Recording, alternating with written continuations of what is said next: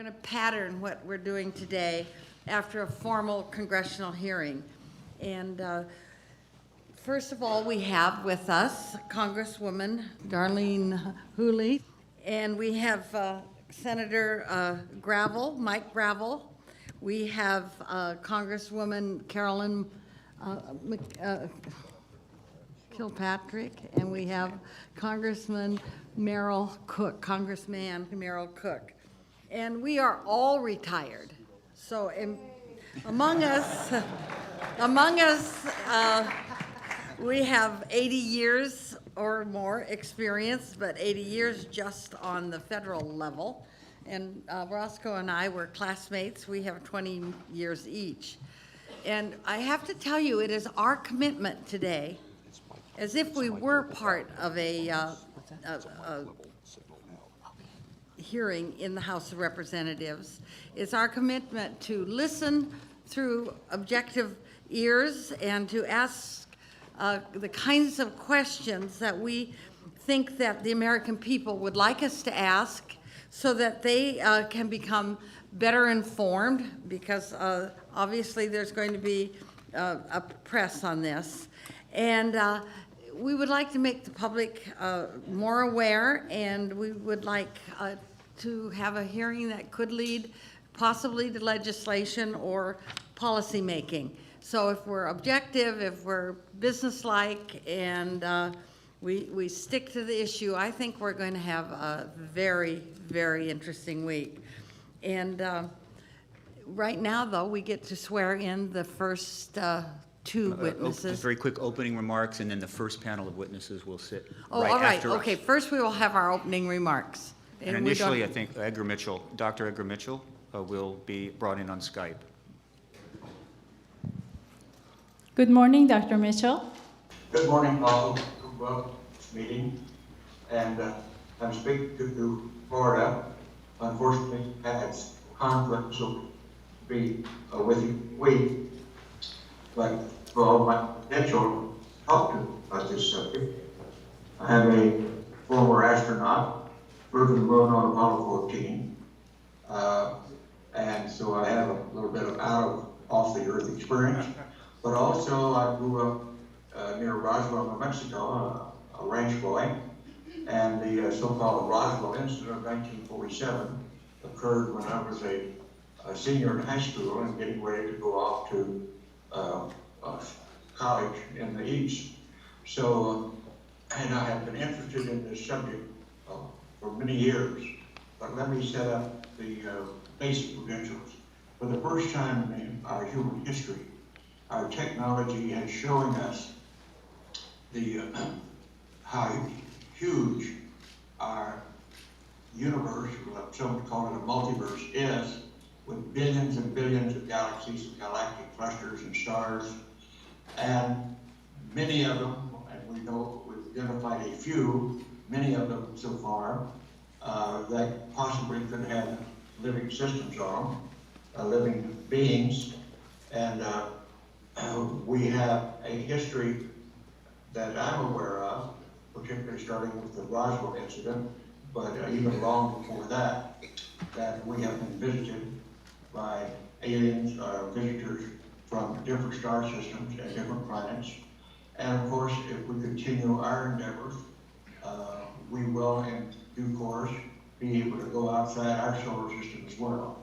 At the moment, our technology is not allowing us to do that, but in due course, we will be able to do that, I'm quite sure, and we must, because our sun will only last a few more billion years, and we're even doing things to it that cause it to be life on this planet to be unsustainable at the rate we're going by using up non-renewable resources and so forth.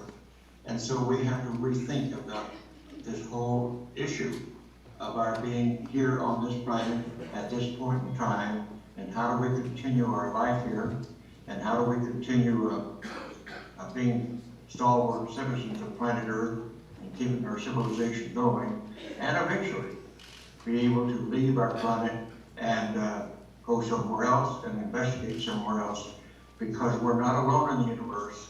They have been coming here for a long, long time, it seems. The evidence would suggest that. We have been having visitors for a long, long time, perhaps hundreds, maybe even 1,000 years. There are some that would even say that the pyramids, both in Egypt and in South America, that aliens aided us in building those, and that seems to have a reasonable ring to it. But in any event, we're not alone in the universe, and we're only now beginning to get enough evidence through our science and our understanding of the way the universe is put together to recognize we really are alone, and that we can, in due course, just like others have, it appears, they can come here, we can go there. And so I think we'll have a lot of testimony here today regarding that fact, and I urge you to listen to it, and let's open this up to the larger picture that, and acknowledge, yes, we're not alone. They are here.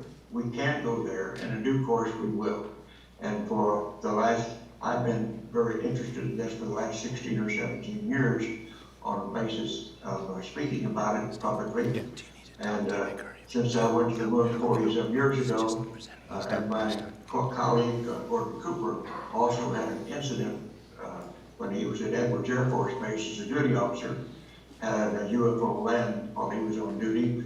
So there's a number of us that have had these types of experiences to say, yes, we're not alone, we have been visited, and let's go forward in understanding this phenomenon. And I hope you have a good week, and I'll stay abreast with you as long as I can. Thank you. Thank you, Edgar.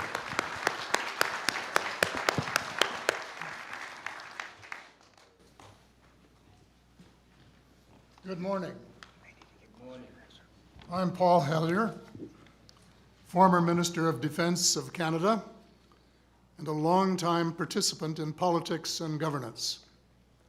Over many decades of service to the Canadian people, I've come to understand and appreciate the importance of open, transparent government and the power of truth as antidote to the many afflictions the body politic is heir to. The true currency of the 21st century will not be gold or silver or a basket of currencies, however useful they may be. It will be trust. Without that commodity, progress and right action are undermined and delayed. There is only one way to regain trust: find and tell the truth.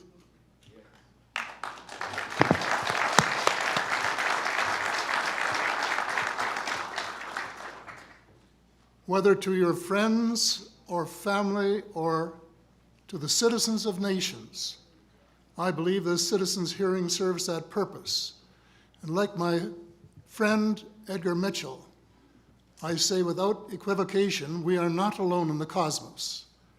We have neighbors. We should try to get to understand them and to cooperate with them.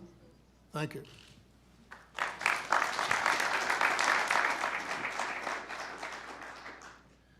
Good morning to the committee.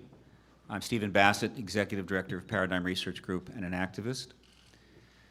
In November of 2011, the White House issued a statement, formal written statement, through their Office of Science and Technology Policy that can be found on the internet quite easily. This statement had 3 sentences.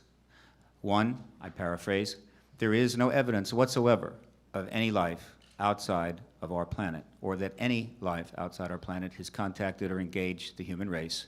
And thirdly, that the United States government, there is no credible information that it has been hiding any information about that from the American people.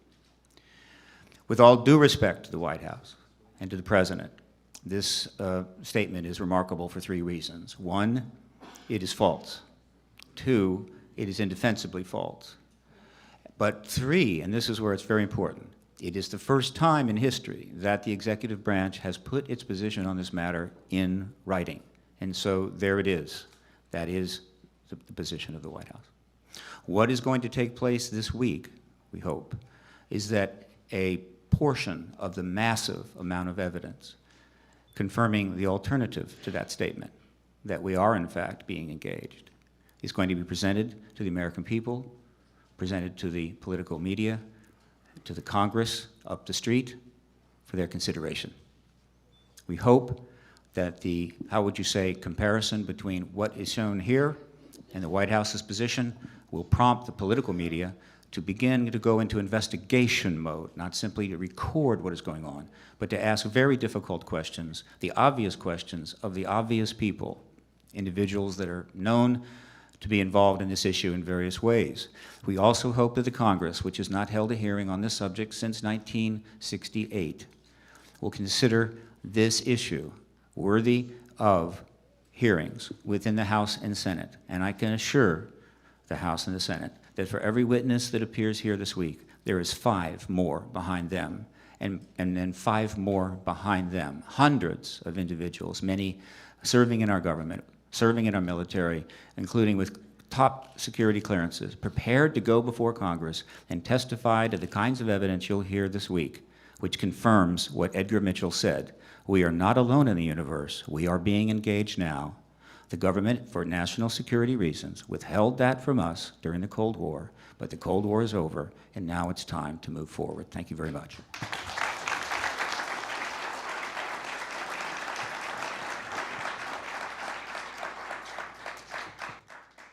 As co-chair of this hearing, I'd like to make a brief statement.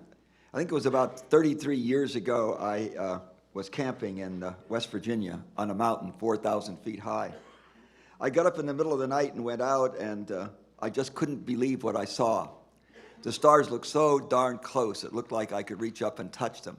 And there really was a Milky Way. I can't see it here. There's too much pollution. There's way too many lights here to see the Milky Way.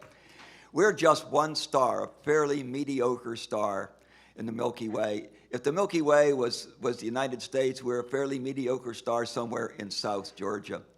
And there are a million other galaxies out there, a billion perhaps out there like ours. And you have to be very arrogant and very presumptive to believe that this, I'm a scientist. I got my PhD 66 years ago. And you have to be very arrogant and presumptive to believe that this is the only place where life exists in a universe this large.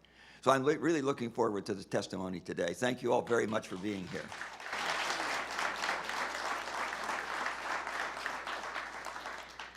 So I'd like to acknowledge we're running about 13 minutes late. If we could have Ms. Howell, Mr. Dolan, Mr. Friedman, and Mr. Cameron come forward.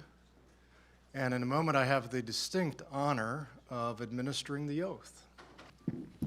And gentlemen and Ms. Howell, if you'd like to repeat after me. I do hereby affirm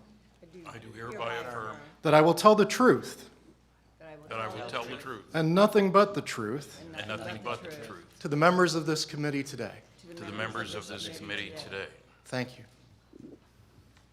I believe we're scheduled to begin with Mr. Dolan. Esteemed members of the committee, thank you for having me. I'm a researcher and historian on the matter of UFOs, particularly as they relate to U.S. national security policy. I just have a short statement here.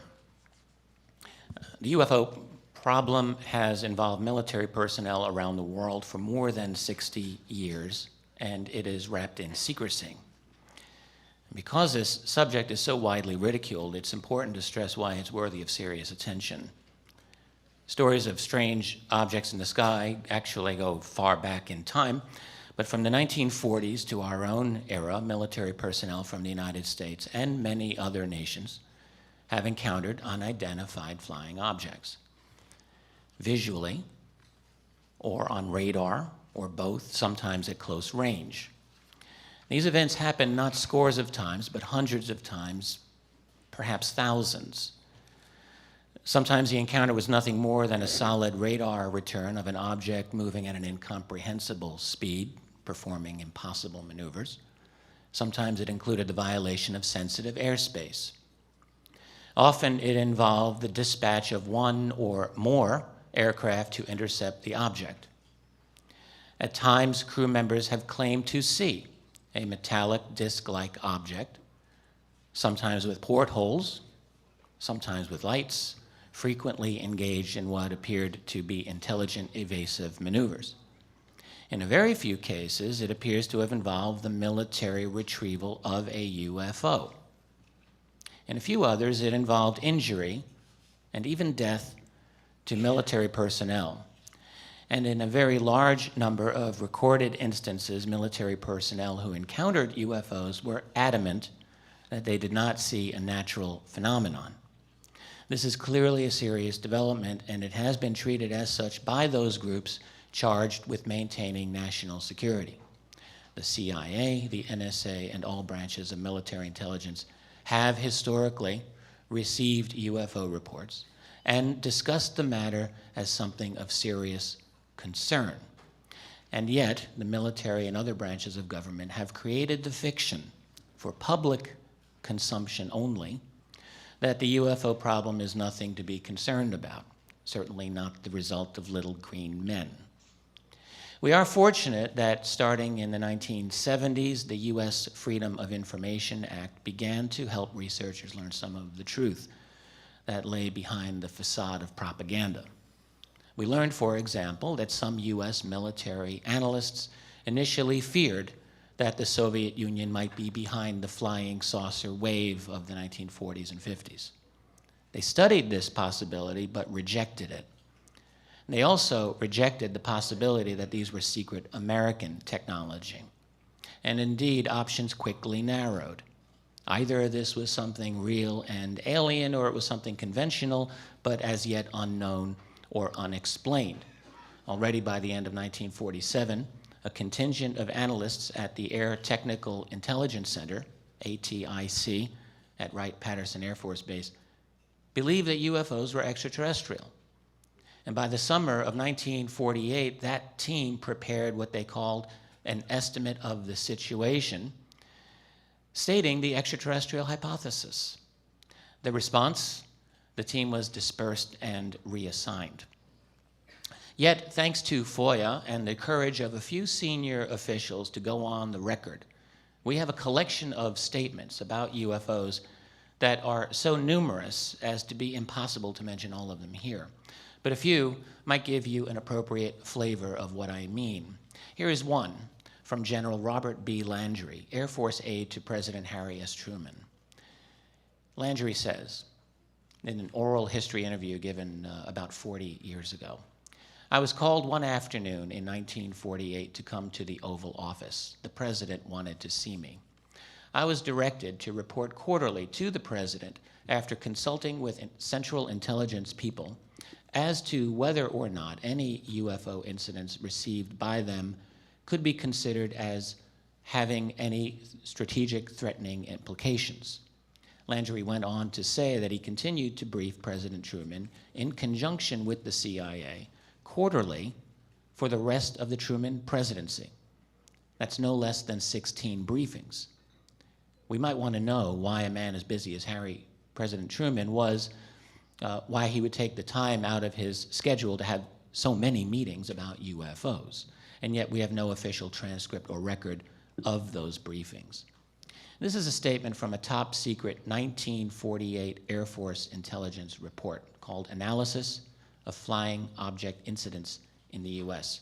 Quote, "The frequency of reported sightings, the similarity in many of the characteristics attributed to the observed objects, and the quality of observers considered as a whole support the contention that some type of flying object has been observed.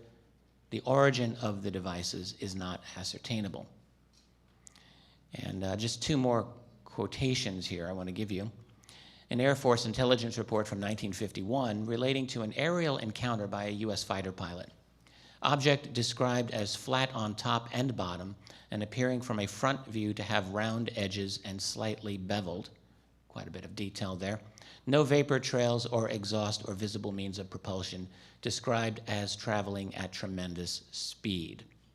And one more quote from the early years, this one from a former head of the CIA, Roscoe Hillenkotter, speaking in 1960. "Behind the scenes, high-ranking Air Force officers are soberly concerned about UFOs, but through official secrecy and ridicule, many citizens are led to believe the unknown flying objects are nonsense." Now, how much clearer a statement should responsible citizens, academicians, media, and political leadership require before demanding to get some reasonable answers as to what is going on behind the scenes in relation to the phenomenon of UFOs? Because the problem certainly did not end during the 1960s or 1970s or 1980s, but has continued to the present day. During the summer of 2002, just outside this city, over the town of Waldorf of Maryland, dozens of witnesses reported an incredible scene. Multiple jet fighters chasing multiple large, unknown objects that were of blue and orange coloration. All the witnesses, two of whom I interviewed personally and several of whom spoke to national media, described the amazing performance and capability of these objects. The Air Force itself admitted that it had scrambled F-16s to investigate unknowns, which it had also admitted it had tracked on at least one of these objects on radar. We also learned that the UFO simply disappeared from the radar. The Air Force conclusion was that it could have been, quote, any number of things. Now, perhaps we might like to know precisely which things. What blue object can descend at an 80-degree angle, stop, reverse course, and accelerate away from two F-16 jets near the nation's capital in post-9/11 America? Might be an interesting question to ponder. Over Chicago O'Hare's airport, in November 2006, same kind of situation. A dozen United Airlines employees, including at least one pilot while on the ground, saw a hovering disc-shaped object below the clouds. It then accelerated away so fast that it punched a hole through the cloud. United ordered its employees to silence, but one of them reported the event anyway. After denials by United and the FAA, both agencies were forced to acknowledge that indeed those people had made UFO reports. And again, we might ask, what might this have been over one of the busiest airports in the world, and why the steadfast silence and denial? These are only some of the better-known recent cases. There are, in fact, an overwhelming number of them. The two largest websites for collecting North American UFO reports, the National UFO Reporting Center and the Mutual UFO Network, have a combined total of well over 10,000 reports every year. Now, clearly many or most of these would turn out to be something prosaic if they were given an adequate investigation. But go through some of these reports. Many of them are truly incredible, and many of them have indeed received follow-up investigation. They are unexplained, and at least by our conventional wisdom, unexplainable. The combination of astonishing performance, powerful statements from selected senior officials, and unremitting silence and dismissal by our political establishment point to a problem. This is not merely the problem of cognitive dissonance. It is the problem of a political system in which the wheels have fallen off the machine. It is imperative, in the name of science and responsible public policy, that we get those wheels back on and begin a genuine, open investigation of this phenomenon. We demand and deserve answers from responsible officials who ought to be in the know. And if they're not in the know, we all need to investigate and find out just who is. Thank you.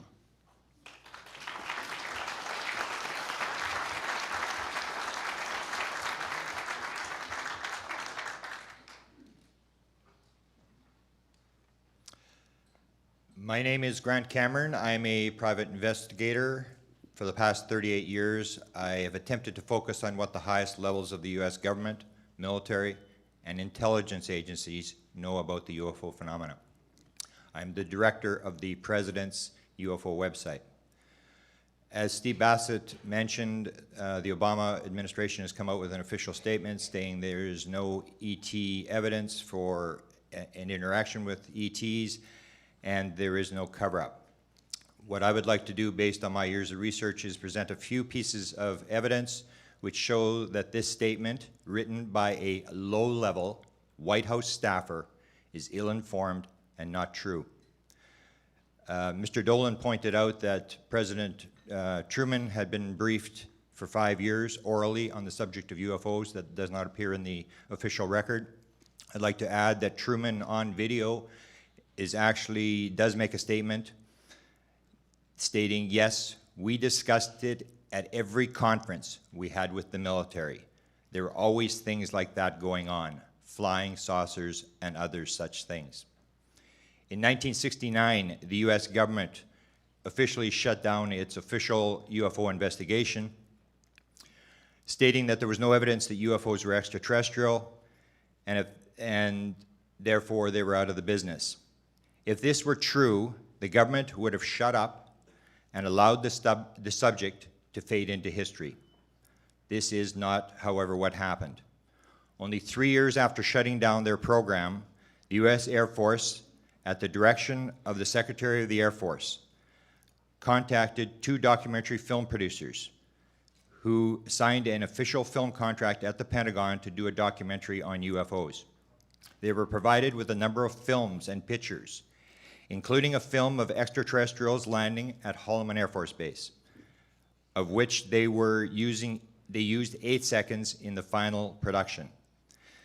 They were given another film marked Top Secret that was never returned and is still in their possession.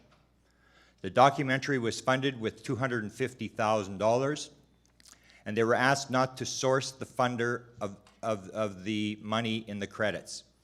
A CIA agent was present through the entire production, and as Linda Howe can testify, she saw a letter to one of the producers from President Richard Nixon thanking him for his cooperation on the project.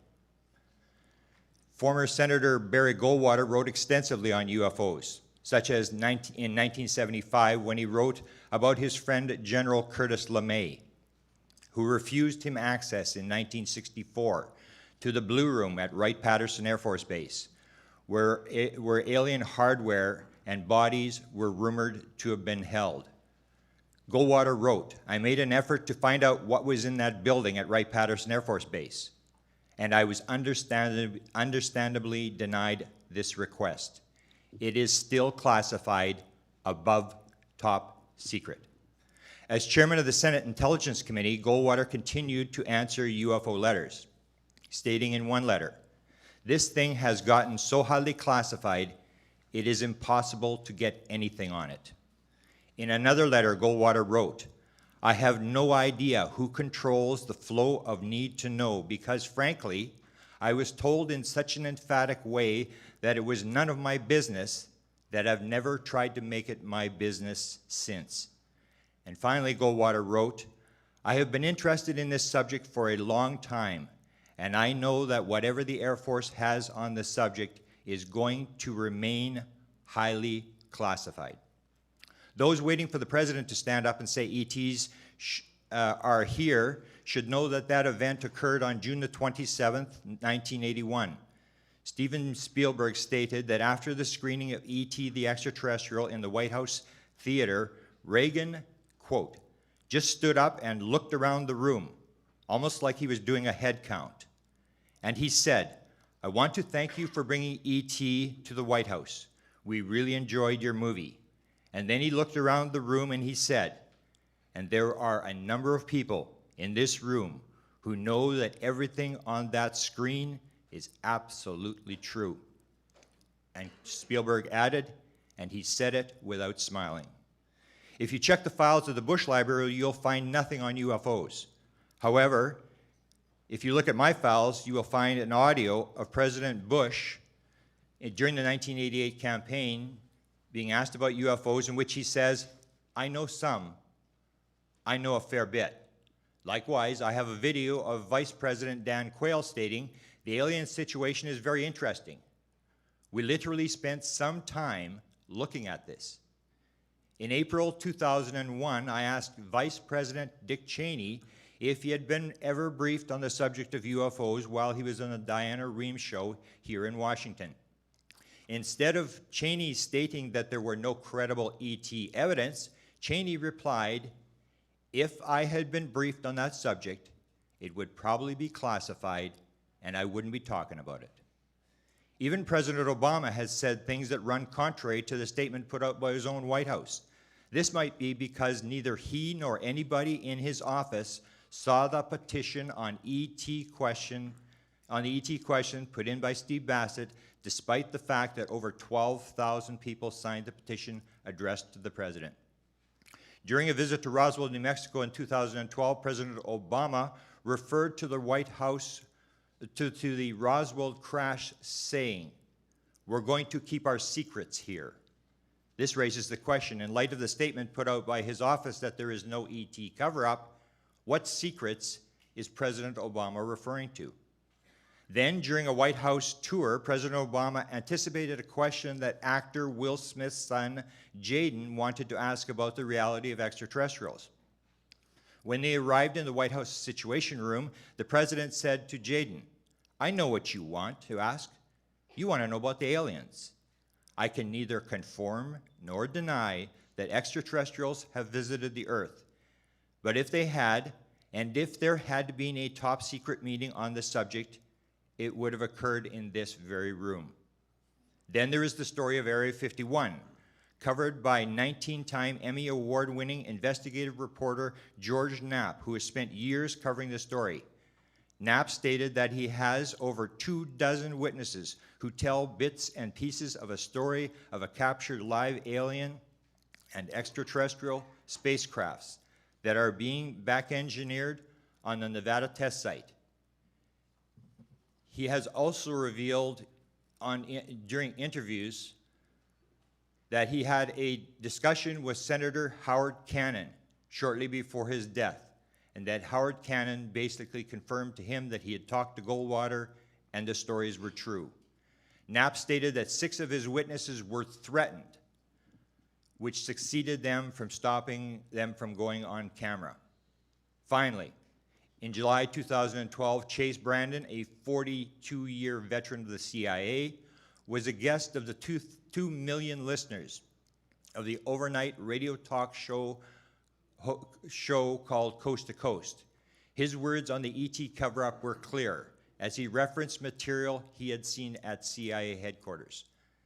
To quote Chase Brandon, "I absolutely know, as I sit here talking to you, that there was a craft beyond this world that crashed at Roswell, and that the military picked up the remains of not just a wreckage, but of cadavers. 100% in my heart and soul," said Brandon, "Roswell happened. There was a craft and absolutely cadavers. I don't know where the stuff is, but I know that Roswell happened." Thank you.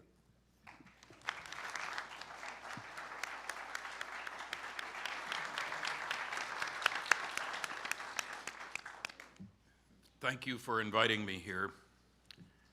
As a retired nuclear physicist who has been studying the evidence about UFOs since 1958, and since 1967 has given well over 700 lectures in all 50 states, 10 Canadian provinces, and 18 other countries, I've reached 4 major conclusions.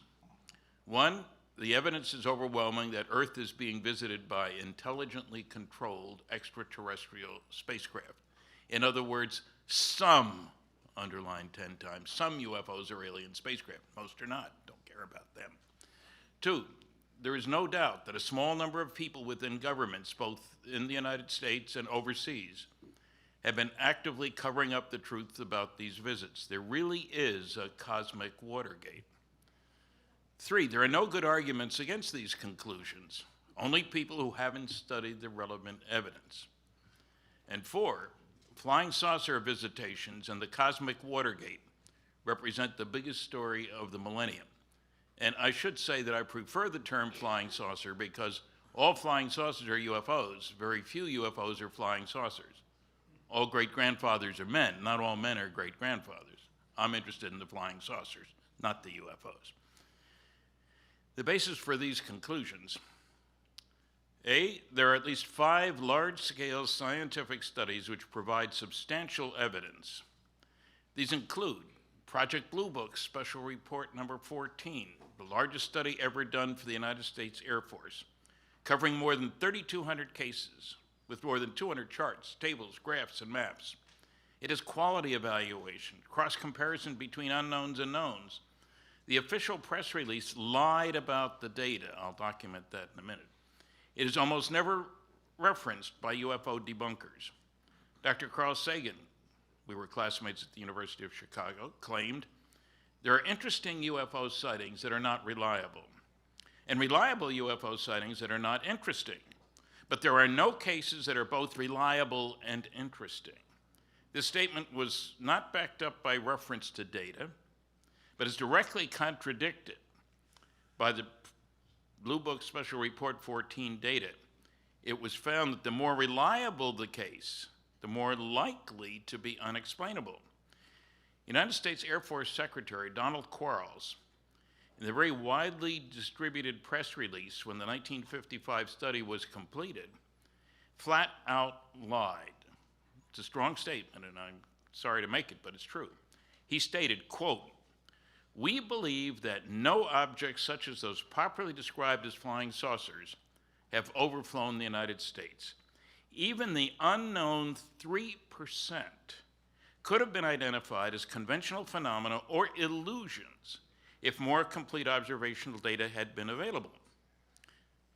The fact of the matter in the report that he was talking about is that the unknowns comprise 21.5% of the cases, completely separate from the 9.3% listed as insufficient information.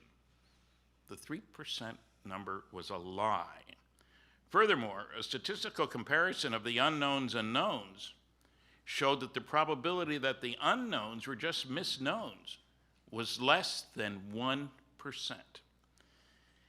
It must further be noted that the press release did not give the title of the report or the company that did the work, Battelle Memorial Institute. If they'd given the title, surely some newsman would have said, "Hey, what happened to reports 1 through 13? Had never heard about them. The correct answer, had it been given, would have been that they were all classified.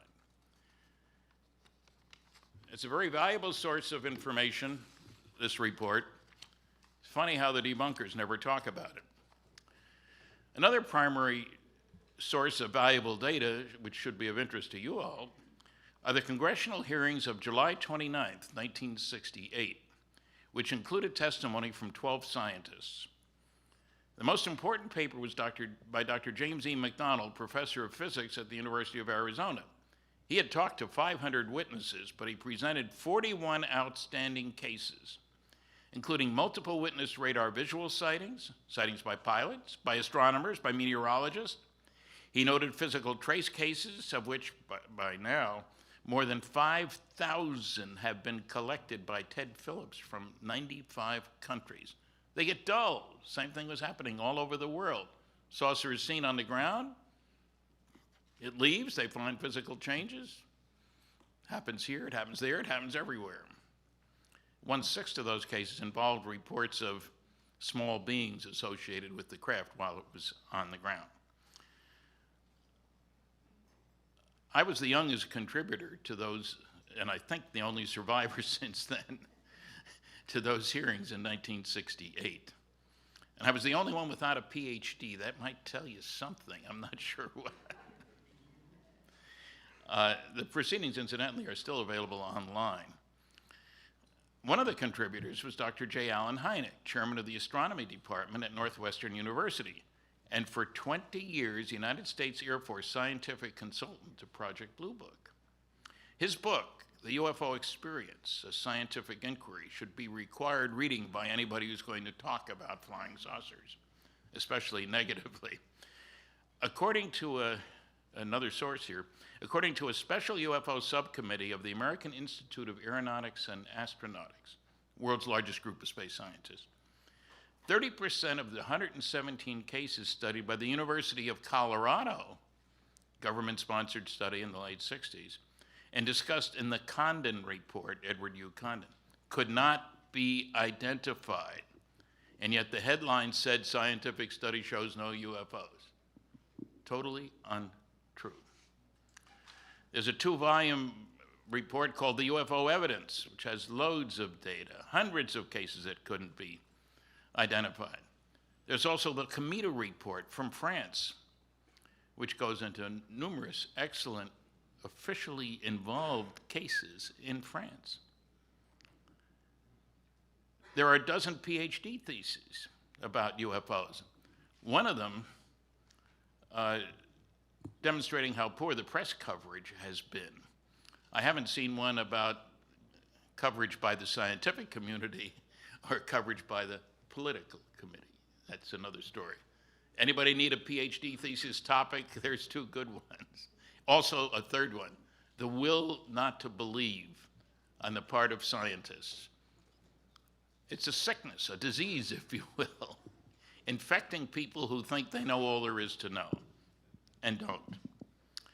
A really bad example of bias and ignorance appeared in Astronomy magazine this month, May 2013, by Dr. Phil Plait. He does a blog, The Bad Astronomy. The title of the article, believe it or not, is The Science Behind UFOs. It's a cover story.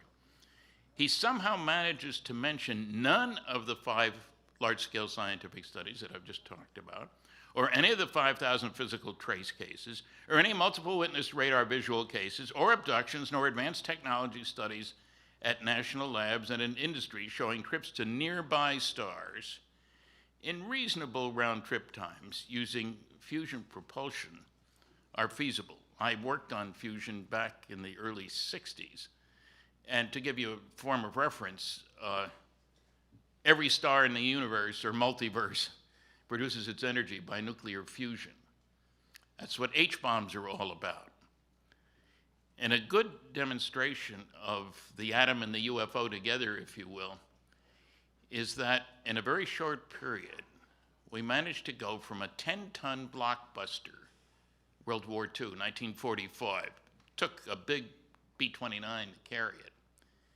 That was in 1944. In 1945, the first A-bomb, 15,000 tons of TNT, not 10.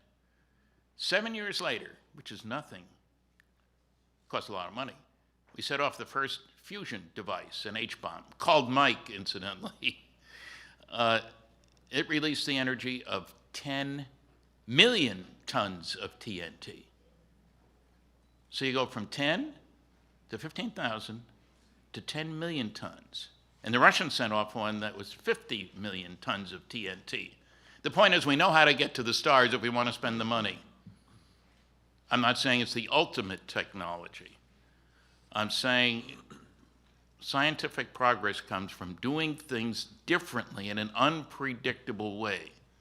The future is not an extrapolation of the past. You have to change how you do things. And you know, what gets to me, having worked on fusion propulsion, fission propulsion, nuclear reactors for space applications, and all the rest of this, is that we tend to forget that if you make enough stupid assumptions, you can prove almost anything is impossible.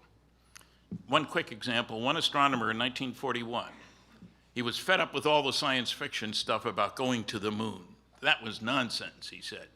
So he published a scientific, in quotes, paper calculating the required initial launch weight of a rocket able to get a man to the moon and back. Legitimate question, how big is it got to be?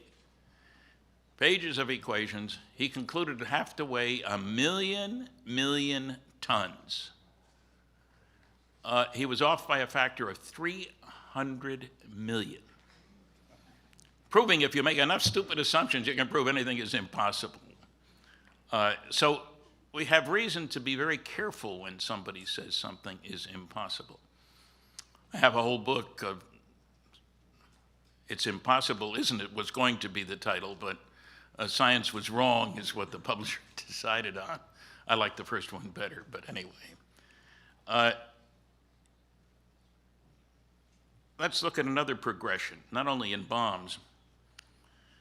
Ferdinand Magellan's ship, he didn't make it, but his ship did, went around the planet in 3 years, in 1523. 3 years. 3 years before the mast, you might say. Science fiction writers had going around the world in 80 days in the 19th century. The space station goes around the world in 90 minutes. Progress comes from doing things differently. A second problem I've found, I worked under security for 14 years for major companies like GE, GM, Westinghouse, McDonnell Douglas, TRW Systems, Aerojet General Nucleonics. I set a record for working on canceled government-sponsored research and development program. Not intentionally, you understand. Another one of the false myths is that governments can't keep secrets. 2 astronomers have demonstrated this. Dr. Seth Shostak of the SETI Institute, you know, S-E-T-I, that stands for Silly Effort to Investigate, incidentally. That's another story which I've written about in the book. Said you can prove that the government can't keep secrets by how badly FEMA fouled up with Katrina and how poorly the post offices operated. Now, if you can see a connection between either of those things and governments keeping secrets, I sure can't. He didn't mention the CIA, the DIA, the NRO, the NSA, and all those other alphabet soup agencies. Another great astronomer, Dr. Neil deGrasse Tyson, head of Hayden Planetarium, he said the proof that governments can't keep secrets is shown by how much we know about President Clinton's genitalia. Now, if you can figure that one out, you're better than I am.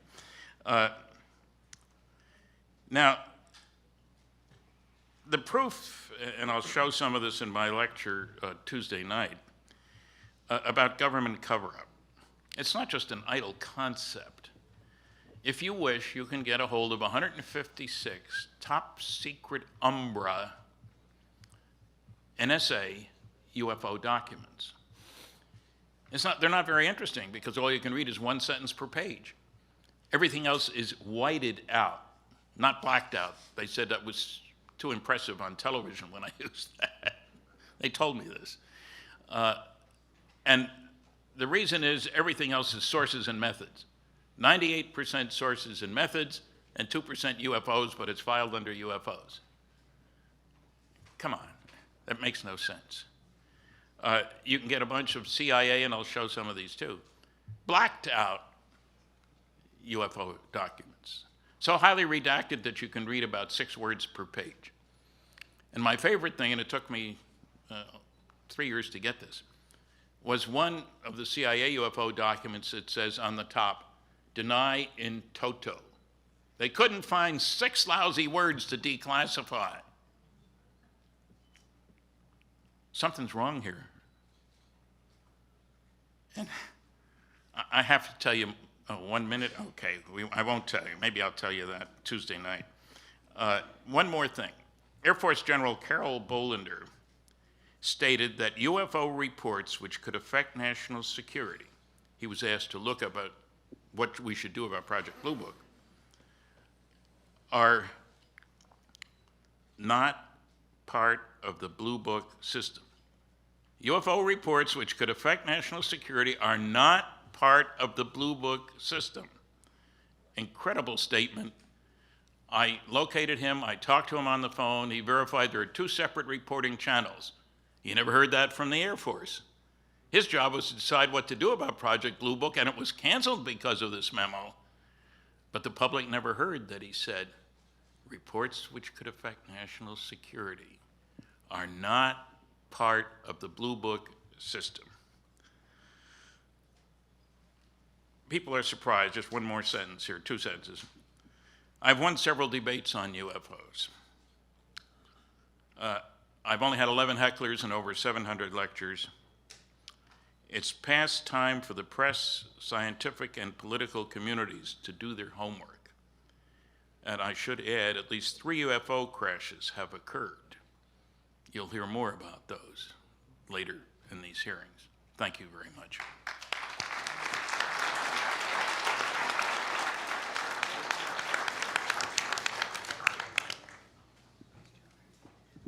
Chairman Bartlett and distinguished citizen hearing on disclosure panelists and my hearing colleagues.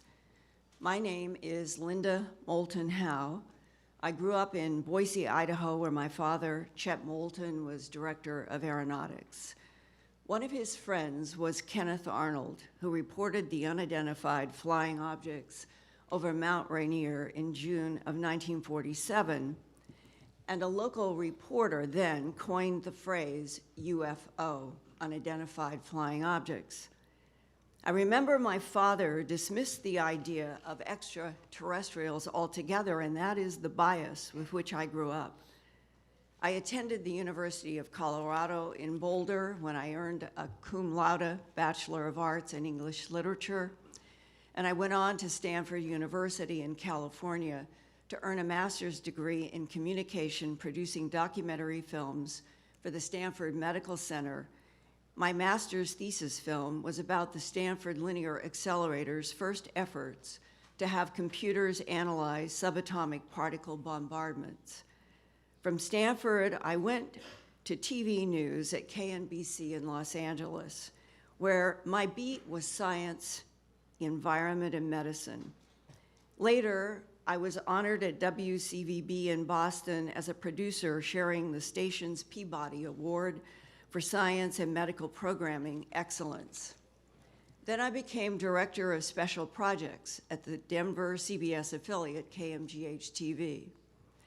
I produced, wrote, directed, edited, and reported a dozen TV documentaries about several live issues in the Colorado area, and produced studio shows about science, medical, and environmental issues that earned 3 regional Emmys, 1 national Emmy nomination, and several other documentary film awards.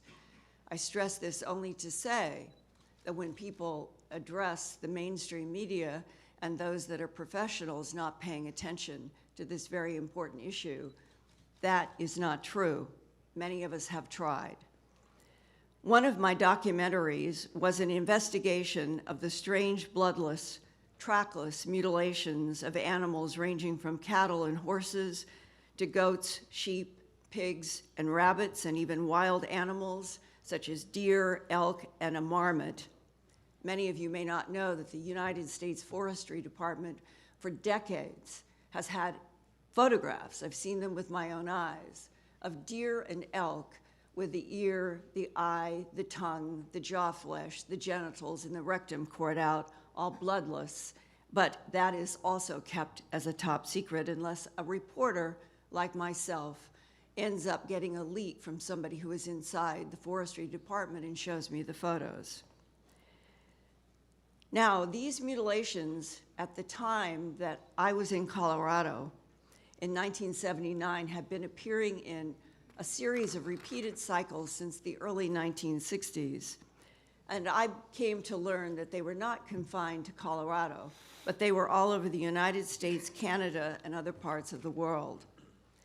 The first research interview that I did for that animal mutilation documentary was with former Logan County Sheriff Tex Graves.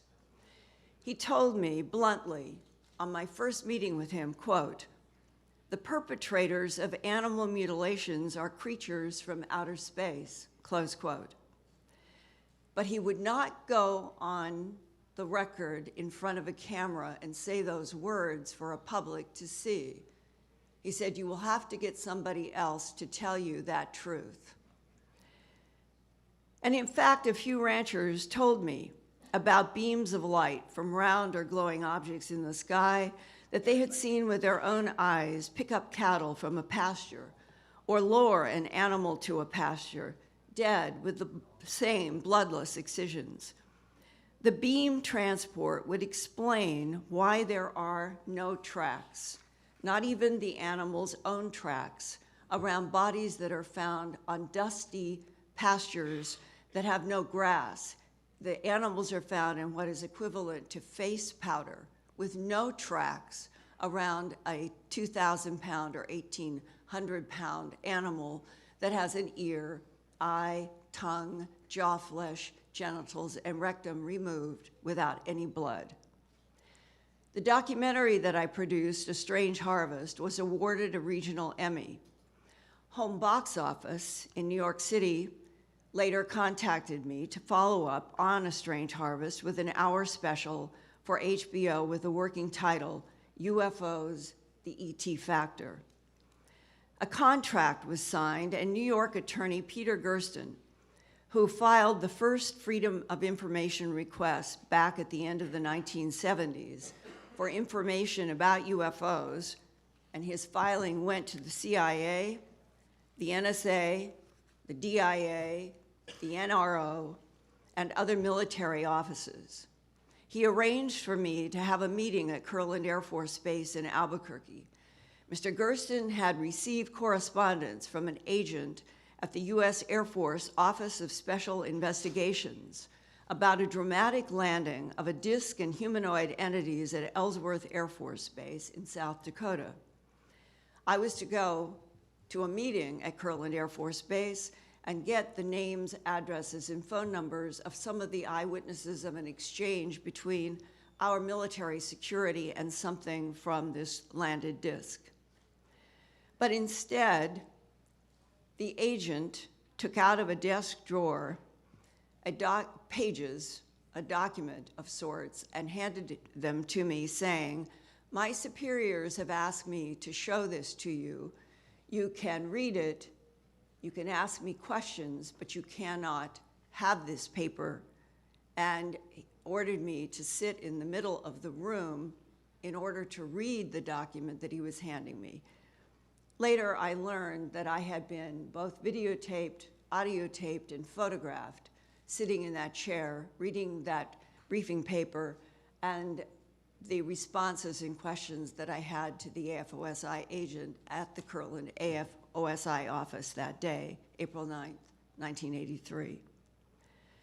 The document had a title, all caps on a front page, quote, "Briefing paper for the President of the United States on the subject of unidentified aerial craft," and in this document, the phrase unidentified aerial vehicles was also used, UACs and UAVs instead of UFOs.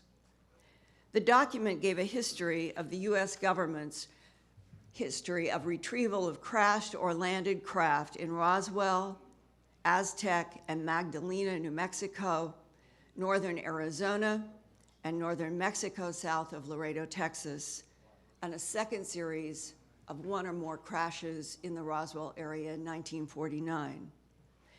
The alleged presidential briefing paper also described information from a live extraterrestrial biological entity, the acronym is EBE, EBE, taken from a crash site near Roswell, New Mexico in 1949, 2 years after the historically famous 1947 July crashes of not discs, but my understanding is wedge-shaped craft that contained small humanoid bodies, both dead and alive.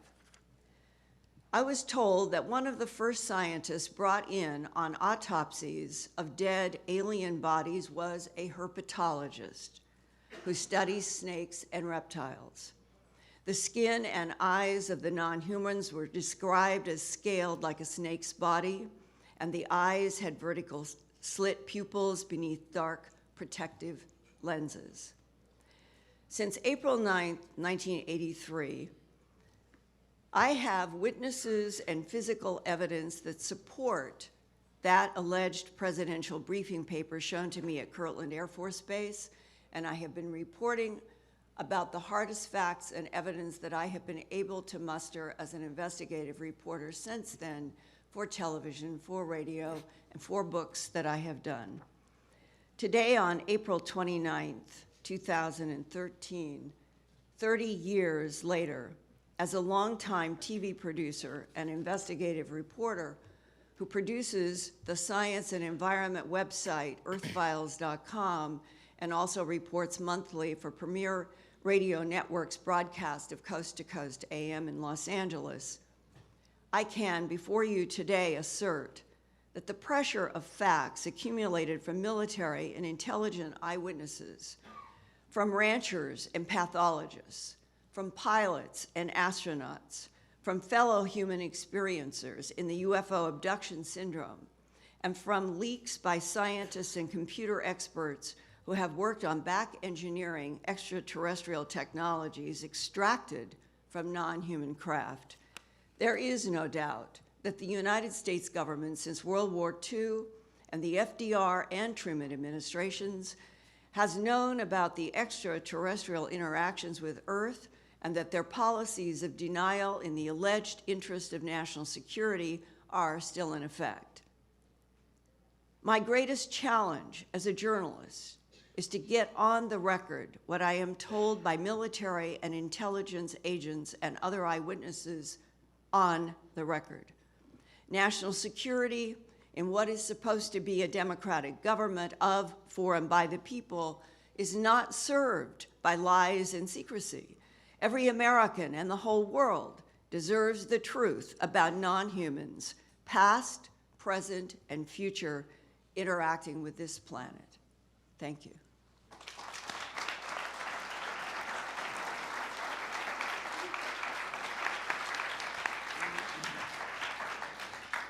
If I've done the time calculations correctly, we now have about 5 to 6 minutes for each of the 6 members of the committee to engage in questions with the panelists. As is my custom as a co-chair, I will reserve my questions till the end. I've always done that in the Congress. If my questions have been asked by my colleagues, I will simply thank the witnesses.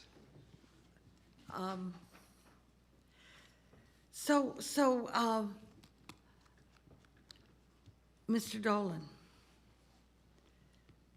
I have a question. I wrote it. Personal experience. Have you had personal experience in this regard?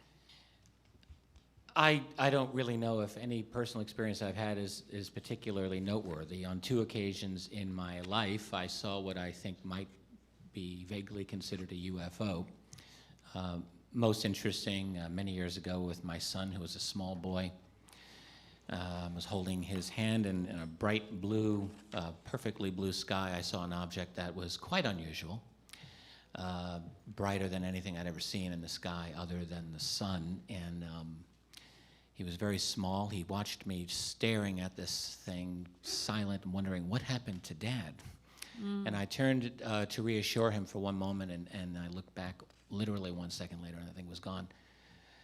I have no idea what it was. That's really never been my motivation for studying this. I fell into this topic about 20 years ago while doing dissertation work on U.S. national security, circa 1950, and just stumbled into the topic of UFOs, and I guess you could call it an obsession ever since. So why do you think that I mean, I know it's opinion, so we get this. Why the steadfast silence and denial? What? I What's the think the risk? implications are vastly, very profound.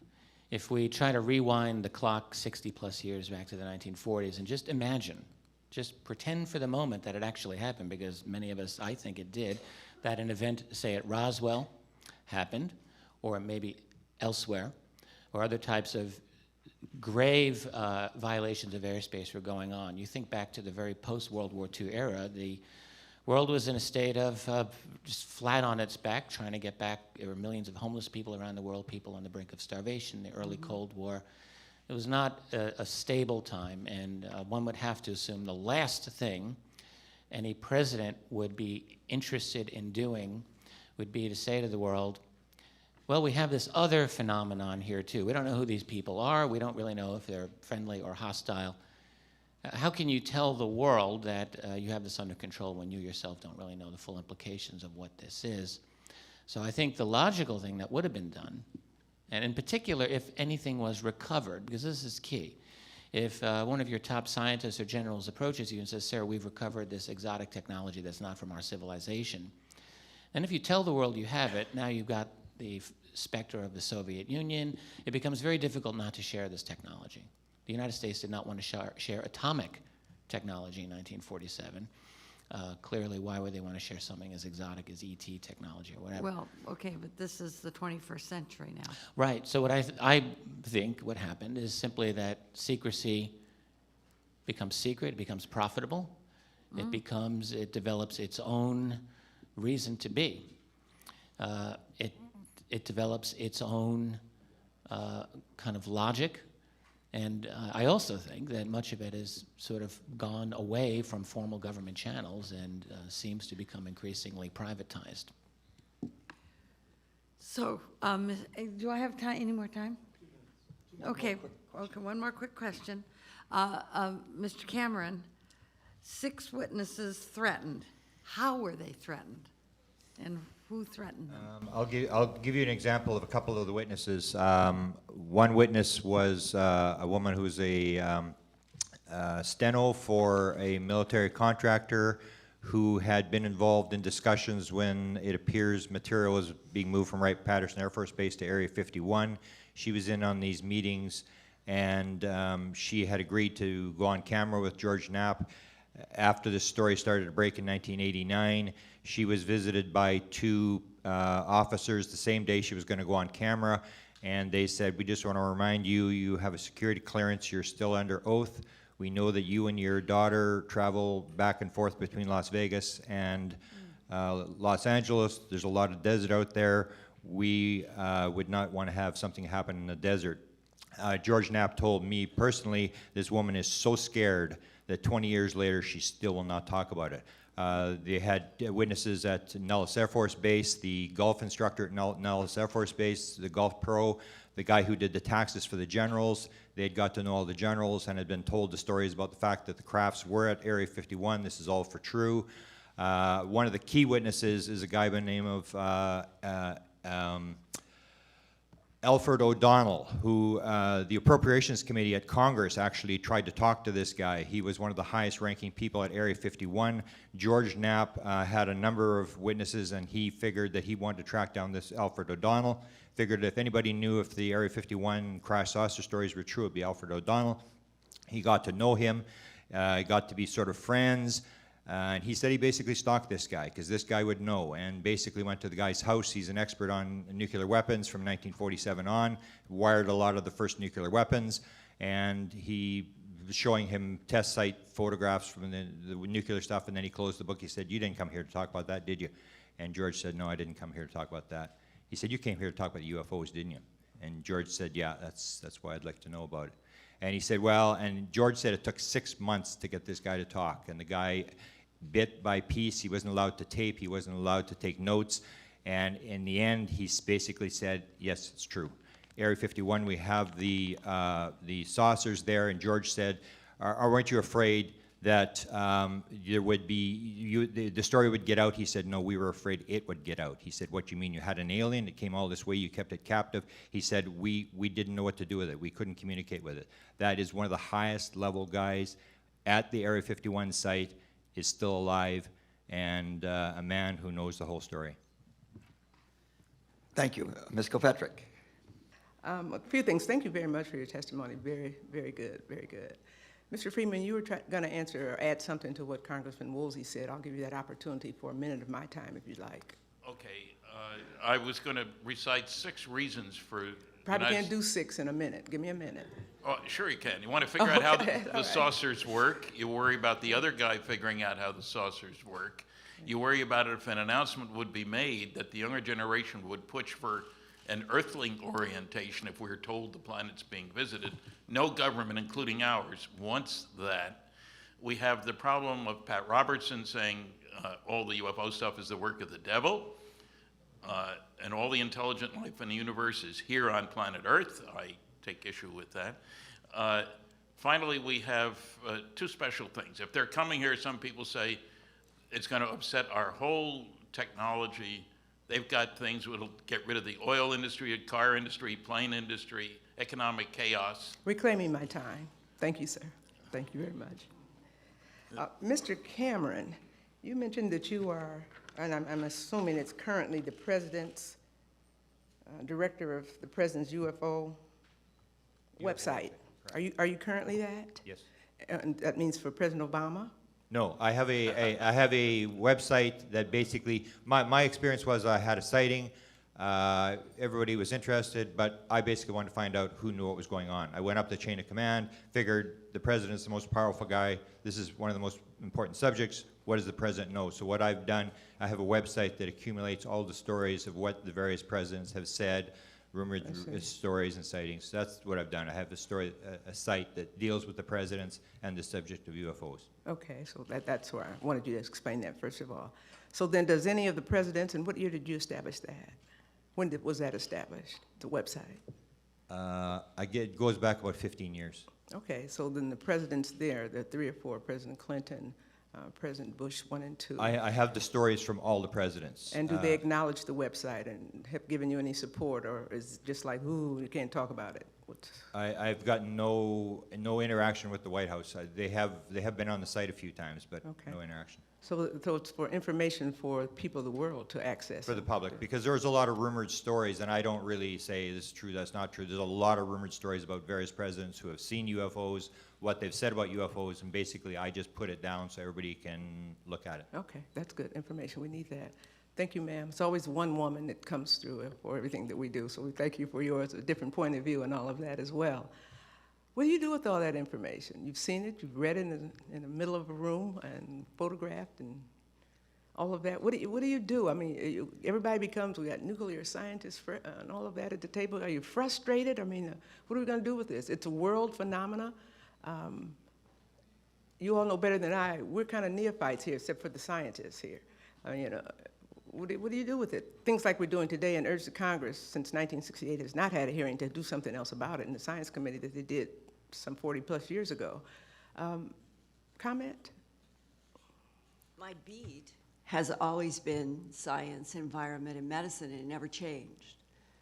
And it was getting into the animal mutilations and having the shock of law enforcement tell me that the perpetrators were creatures from outer space that was quite stunning.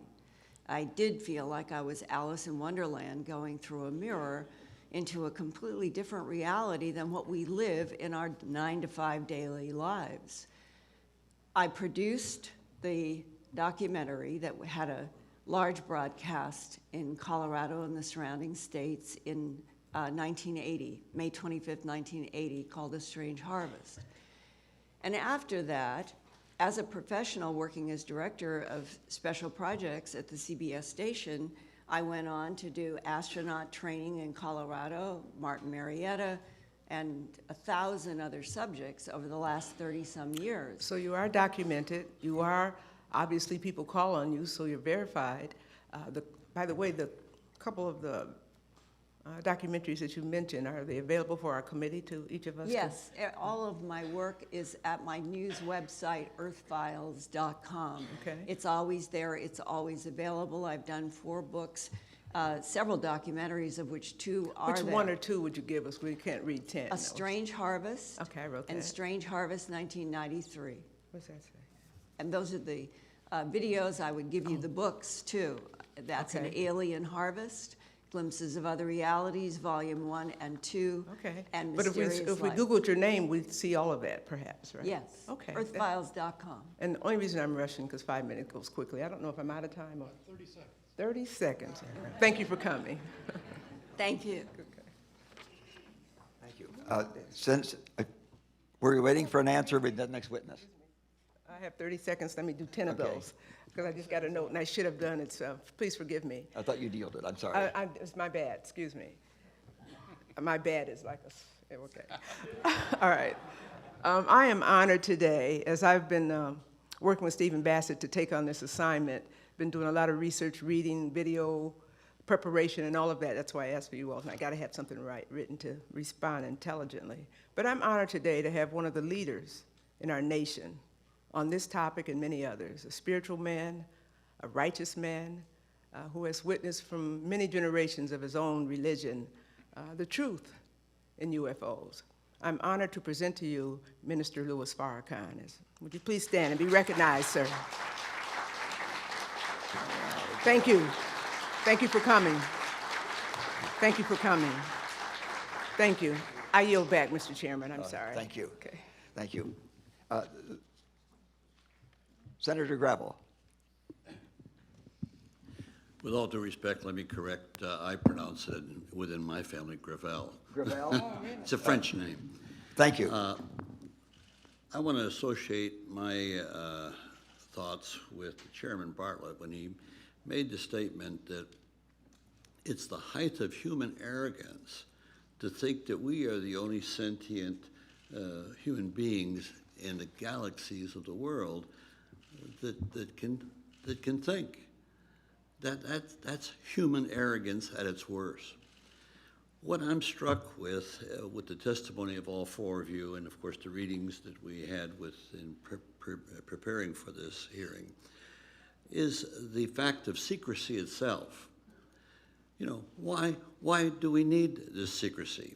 And I'm asking this question to all four of you. What threats do you think exist to the national security that warrants this kind of security, this kind of an approach? Please. I started to say before, I can see 6 reasons for our government and other governments to keep things classified. First, you want to figure out how they work. They make wonderful weapons delivery and defense systems. And with the Cold War going on, if you do have wreckage and you want to figure out something, you're not going to want to tell your enemies. The second problem is, what if they figure out how they work before you do? You don't want them to know, you know, they know. Weapon, counter-weapon, counter-counter-weapon. We've been playing this game a long time. The third problem is, if there were an announcement, I say by highly trusted individuals, it's a little hard to find them around the planet, but my favorite odd couple is the Pope and the Queen. They're about the same age, or they were until recently anyway. If they were to make an announcement that indeed UFOs are visiting, the planet's being visited, what would happen? Church attendance would go up, mental hospital admissions would go up, the stock market would go down. But I think based on 600 college lectures that the younger generation, which unlike me and probably you wasn't alive when there wasn't a space program, there was strong sentiment against space travel back not too many years ago. The younger generation would push for an Earthling orientation. Let's face it, from an alien viewpoint, we are all Earthlings, Terrans, as the science fiction writers would say. I know of no government on this planet that wants its people to owe their allegiance to the planet instead of that individual government. As far as I can tell, nationalism is the only game in town. There are some religious problems, extremists who say we're the only intelligent life in the universe and their followers don't want any part of visitors from outer space. It can't be. The planet was created in 4004 BC instead of 4 billion in 4 BC. A final thing, I have 7 times heard of cases in which pilots were scrambled to chase UFOs. There was a regulation issued, shoot them down if they don't land when instructed to do so, when 7 pilots didn't come back. These were quiet discussions. These were not big public things. And if I've heard 7, there are a lot more cases like that. There were 200 fatal military plane crashes between 1951 and 56, including 5 where the pilots had over 100 missions in Korea, where there were MiGs trying to shoot them down. That's a pretty good pilot to survive that. Comes back to the United States, no MiGs, and his plane, as the New York Times said, disintegrated or disappeared. 2 strange terms to use in this context. So no families were told anything about that. And it may come as, well, it won't come as a shock to you, but there were 166, Air Force guys on board reconnaissance planes that were tickling North Korea, Russia, and China right after the war. See how quickly the radar came on, what frequency used, and all that sort of stuff. 166 wind up in planes that were shot down. Not one word in public about that. Families were not told until 2001, where a meeting was called and the medals were given out and an explanation was given. I say that only because a lot of people think, well, certainly they would have told the families, those 7 planes. So that's an area of concern, I think, to admit that we can't do anything about these guys. Powerlessness is not something that attracts people to government. May I add a very quick follow-up, and not taking a lot of time? I talked earlier about why I think that the possession of certain radical technology would have initiated some of this secrecy. Also, I think the need to maintain some level of social control, not knowing what these other beings were, at least in the early years. But I think what happens is once a secret goes on for long enough, it becomes a real nightmare to kind of contain. I can only imagine the difficulty that President Obama would face if he were somehow to make this announcement. I mean, really, if he were if something were to force him to make an admission that yes, these UFOs apparently, at least some of them, are real. What does he then say at this press conference? I know what he'd like to say, which is, well, thanks everyone, I'm going on a vacation for about 6 months. Because there are a lot of follow-up questions that would be, frankly, very uncomfortable for him to deal with. I think one of the questions that most responsible journalists would want to ask is, how on earth were you guys able to keep this secret for over 60 years? How did you do it? And the implications for getting into that whole issue are a nightmare, because you're starting to deal with, has there been some level of control or over the mainstream major media, academic community? In fact, there are many off-the-shelf academic studies that show intelligence community influence over our major journalism and over our major academic communities. It's not a big secret. There's a long-standing relationship. But there would be some very deep questions to ask about that, about the nature of special access programs and unacknowledged special access programs, the primordial black budget. All of these would now become the target of citizen inquiry. And I believe firmly that an admission on this topic, in addition to all of the scientific and existential issues that it raises, also gets into just some nasty, concrete political issues that I don't think any presidential administration would want to have to deal with. And I could add to Please. that, from leaked sources, military and intel that I have encountered in my career, there is a complexity that as you go deeper beyond lights in the sky craft, a government interest in back engineering technology. There is testimony from, for example, someone who had worked at Wright-Patterson in the medical department, who has told me, and this is a historic fact as far as I know, that on one of the first autopsies that were done from one of the crashes in Roswell in 1947, and that was not the beginning. We had been retrieving craft and bodies from at least 1941 in Cape Girardeau, Missouri.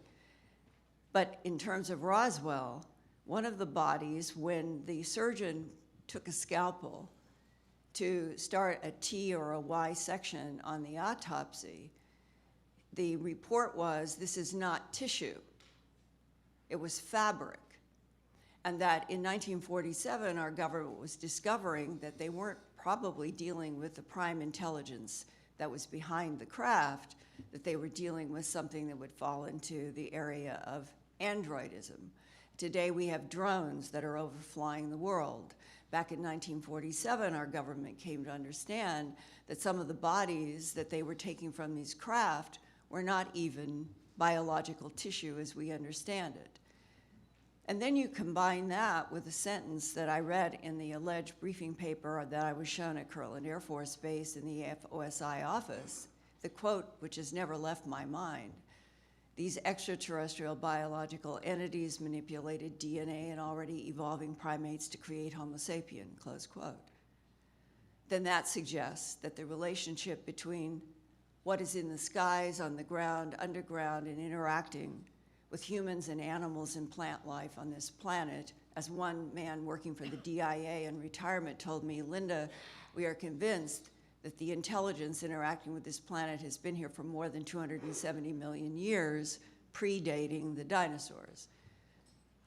If the size and the scope of this is that large, and if our government began to stumble onto these facts piece by piece in World War II and after, then I can understand why President Truman and Churchill and Eisenhower and that group of people would have said, let's wait 2 generations until we find out what we're dealing with. And what makes me nervous and what bothers me is why in 2013 is the policy of denial not only in effect, but the people that I am talking to on the phone have visits by somebody from the government saying, you are not to talk to Linda Moulton Howe ever again. Something is very wrong in the underbelly of this country that I think is related directly to a policy of denial from World War II about the fact that extraterrestrial biological entities, to use our government's own phrase in its own alleged documents, are interacting with this planet, have been for centuries, and that there is an intimate relationship between what we are and what they made. And that might explain why there's no wholesale evidence anywhere that the non-humans want to kill humans. They want, it appears, from my point of view as an investigative reporter talking with so many people, that there is an ongoing research program about what is happening on this planet and the surface life on Earth. How much time do I have left? Thank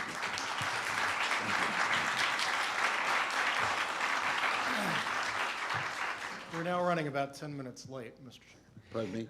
Yes, I understand that time is slipping away. Several of my questions have been asked. I hope that that's true for the next two witnesses so that their question period may be shorter. Congressman Cook. I would like to claim my 5 minutes, Chairman, if that's all right.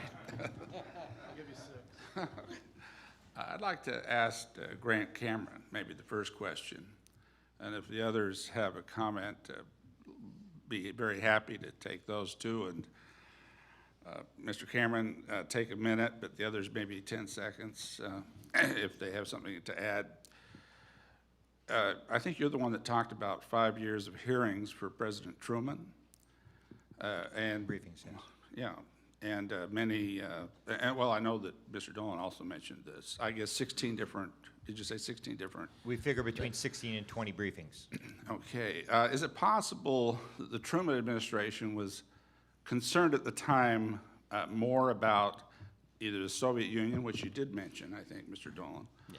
or Nazi Germany as a source of some of the unidentified flying maneuvers they were watching and reporting on and being very concerned about? I think it's basically the minute they looked at the Roswell crash, if that was the first crash, they saw technology. It's classified. End of game. This is, you're not giving this to the Soviets, you're not giving it to the Chinese. This is our type of technology. On Thursday, I'll refer to a Canadian government document, 1950, where the Canadians went to the United States, talked to American officials, and one of the things that they were told is that mental phenomena was involved with the saucers. So there's a lot of technology here, and you just have to think, are you going to give the technology that you may hear this week at this session, are you going to give it to Al-Qaeda, are you going to give it to the Chinese? To me, it was simple that Truman and the people around Truman saw technology. We need this. This is unbelievable technology, and whoever gets this technology rules the world. We're not giving it away. It's classified. End of the story, and that's how it has started, and that's how it's been maintained. Let me just add, sir, to answer your question relating to the Soviets and Nazis and so forth. In the early era of this, these types of questions were being asked. They absolutely were. The question is, because you have different levels of security, I mean, in the declassified documents that we have, really the top secret and above, we have very few of those. So the declassified documents that are available to citizens are of the level of secret and confidential and restricted. Lower levels, they're still important, but they're not typically, very few that are actually of top secret. And I think that this is significant because what has come to us are some lower level classified debates over the nature of these. And many of those did focus on, did the Soviets create a flying saucer with their cache of German scientists? Did we do this? In those documents, I have seen no significant evidence to point to the Soviets or our own German scientists. Okay, before I invite maybe 15 seconds from both Mr. Friedman and Ms. Howe, could you also comment on the testimony here that hasn't really said a whole lot. It was mentioned briefly, but a whole lot about sightings before the 1940s, before the Second World War. I mean, I know you mentioned that there have been credible sightings for many, many years before, but we really don't get a whole lot of interest on the part of an administration until the 40s. Now, doesn't that add a little bit of question in terms of whether what we've just been talking about might have been a real concern for the number of hearings being held? I can add one thing. What happened in July of 1945, we tested a bomb, White Sands, and then we dropped 2 in August on Japan.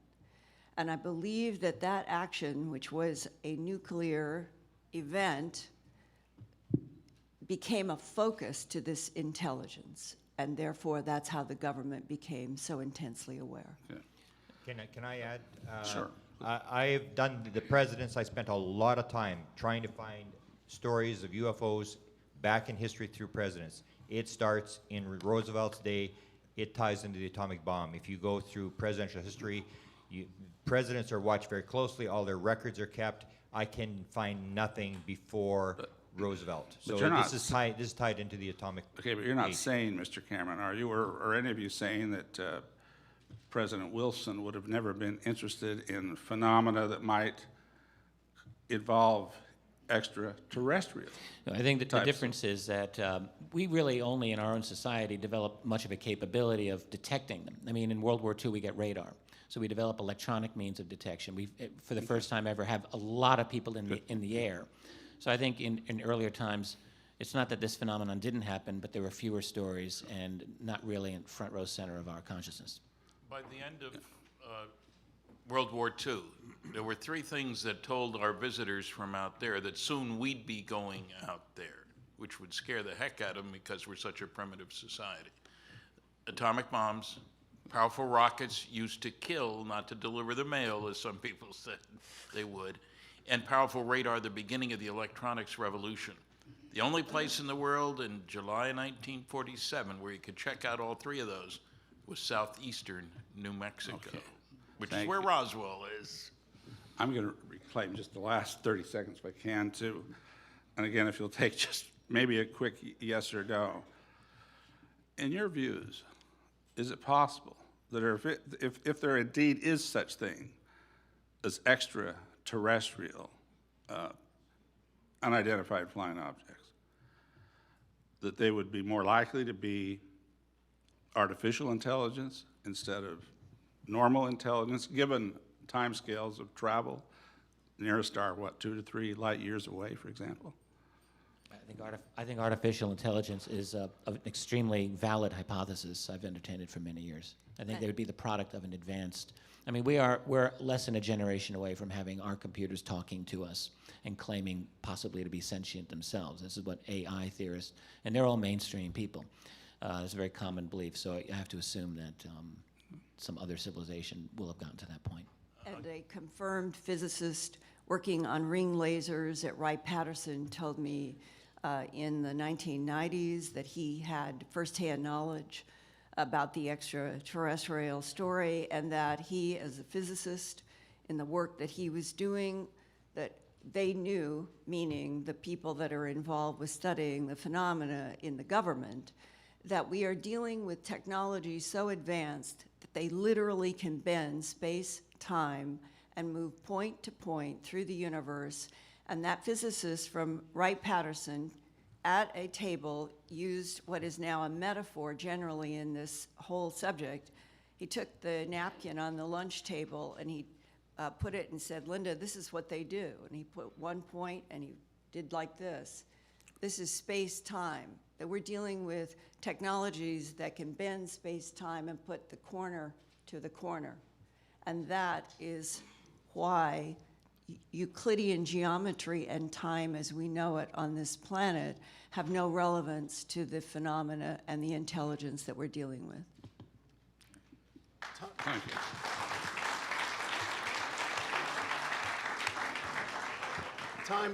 Time does have some relevance for us, and we are running late. I think we should shoot for getting the next panel started around 11, which would be 15 minutes late. Give a little bit of time for a stretch and have 6 minutes for the final member of Congress to ask Oh, the no, we have, questions. there are Two two more. left, I'm sorry. And- Well, and then we'll that'll try to be a go quickly. stretch. Congresswoman Hooley? Thank you, Mr. Chair. Thanks for all of you for testifying. Question. Has there been a decrease in the number of incidents that have happened, at least in this country? Or, because it seemed like this was talked about a lot, and there were a lot of sightings at sometime, whether it was over the, prairie states. But that seems, you don't read about it very much today. That's the kicker. It's not a question of how much is going on, it's how much do we hear about it. I check most of my audiences at the end of my lecture, I don't have guts enough to do it at the beginning, and find that 10% of the attendees believe they've seen a flying saucer. But then I ask, how many of you reported what you saw? 90% of the hands go down. MUFON, the Mutual UFO Network, is getting over 600 reports a month. You don't hear about most of those cases, where the public's grown accustomed, I guess, or the media is unwilling to get involved. How many UFO reporters do you know? And I know of 2 competent journalists who are really into UFOs. That's an awful small number, George Knapp being one. And what about in other countries? Are they reported, or, is that? I find sightings everywhere. The sightings are very common, but what isn't uniform are proper distribution networks or reporting systems that are in place. So what we've developed here in the U.S. are a number of websites that collect reports, and as I mentioned earlier, my estimate is a rough one, but it's not less than 10,000 reports actually are written by people per year, 10,000 in North America, that's U.S. and Canada. Elsewhere in the world, there are obviously many sightings. They're increasing, they're not decreasing, because people are now having better capabilities of reporting these. One of the problems with less developed nations elsewhere in the world in years past is just, if you saw a UFO, who do you report it to? There was really no mechanisms to do it, and that's improving now. So now we're seeing reports out of China, India, Africa, and really around the world. But still, there aren't, there's not a lot of infrastructure among civilian groups, for example, who really would be the ones that publicize this, to get the word out. What you have are YouTube channels and people doing this on their own. What really I think is needed is a kind of coordinated global kind of organizational effort, and hopefully we'll get that. Another problem is language. I am constantly confronted with the issue that something happens in China or South America or a country that does not speak English, and I'm an American journalist trying to report so that an American audience can understand. And I have worked sometimes for an entire week just trying to find a reporter in China or someplace who could help me do a translation so that you could get closer to firsthand facts. And it is so difficult. We're on a planet and where communication is basically blocked, whether it is country to country or even neighborhood to neighborhood in China, because the syntactical differences in the language there are so overwhelming that a man I know who lives there, works there from England, who tries to help, you still have translation problems there within very short distances. And so you take that to this complex phenomena. I know for a fact, every month across my desk and in my computer world, hundreds and hundreds and hundreds of reports coming from around the world.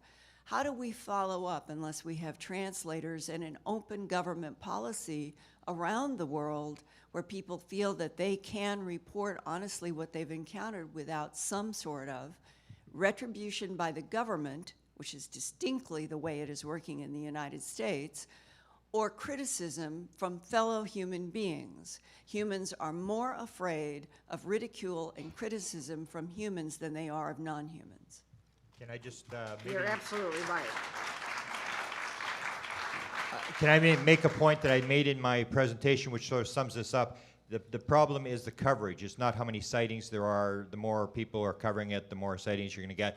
Basically, it comes down to the story of Chase Brandon. Chase Brandon was identified himself as the second most powerful person in the CIA outside the director to speak publicly on behalf of the CIA. He was the liaison for CIA to Hollywood. He could speak publicly on behalf of the CIA. He comes out in front of 2 million people and says, I saw the files, I saw a box, Roswell was real, there was aliens, this is for real, and nobody covered the story. It's as simple as that. It's just not being covered. Thank you. Thank you very much. As I had anticipated, most of my questions have been asked. There was lots of discussion on why a cover-up. Congressman Cook asked a question. There wasn't a lengthy discussion of it, and that is, there have been a number of sightings before anybody had an airplane or a lighter-than aircraft in the air. And I think that people need to understand that this is not just a current day. As our technology to develop, the sightings become more frequent, but there have been sightings way back in history. Am I not correct? That is absolutely correct. Yes. Okay. fine book, I just Flying wanted that Saucers and the to be Bible. on the record. By the way, extraterrestrials are not anti-biblical. If you read the book of Job, you should expect them. Maybe they can't get here, but they sure got to heaven as far as the book of Job is concerned. You can read about them there. The one question I had which wasn't answered, and I would like, you don't have to give an answer now because time's up, but I would like for the record for you to tell us how many unexplained sightings out there. Now, lots of these things can be kind of wished away and explained away. Two people that get on a craft, they could have rehearsed their lie so that they now, under hypnotism, tell you the same lie. You know, but there are some things that just can't be explained away. How many sightings have there been, unexplained sightings, that have been accompanied by radar? Sightings are easy, lights on clouds and so forth, and that can behave in very erratic ways. But, you know, how many of these sightings have been accompanied by radar tracks? If you could provide that from the record, it's not just a few, I understand, it's a great many of those. But I think the public would be very interested in how many unexplained sightings out there have been accompanied by radar where these objects were doing things that no known earthcraft can do. You can provide that for the record? We can try. We don't know, and we also know that such reports are carefully covered up, to use the expression. But I've seen some reference to those things. Do the best you can, because I think the public would like to know. Of publicly known, there have to be more than 100, probably several hundred, if we were to tally them together. And there presumably are many that just are classified. But there are quite a few that we do know about that have been declassified or that came out one way or another. There's quite a few. Yes. I don't know about thousands, but if you could give some indication, it's not just one or two. No. No. Some indication so that the public can know how many of those. This has been a very interesting hearing. Thank you very much. The hearing will now stand in brief recess. Thank you very much.